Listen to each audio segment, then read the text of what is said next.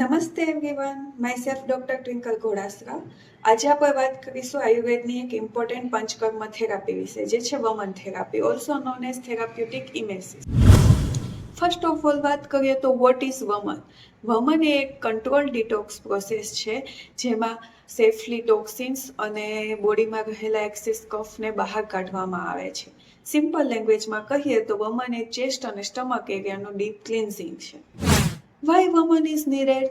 આજે lifestyle change થઈ ગઈ છે.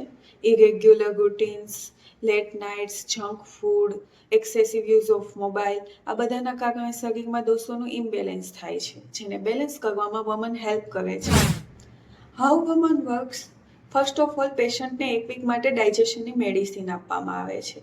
ત્યારબાદ સ્નેહપાન મતલબ કે ઘી પાવામાં આવે છે અને ફૂલ બોડી મસાજ અને સ્ટીમ આપવામાં આવે છે. આ રીતે પેશન્ટને વમન માટે રેડી કરવામાં આવે છે.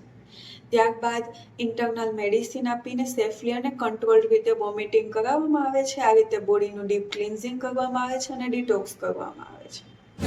Benefits of vaman: clear respiratory channels, improve digestion and metabolism, help in PCOD and weight gain, reduce skin allergies, remove deep-rooted toxins, boost immunity.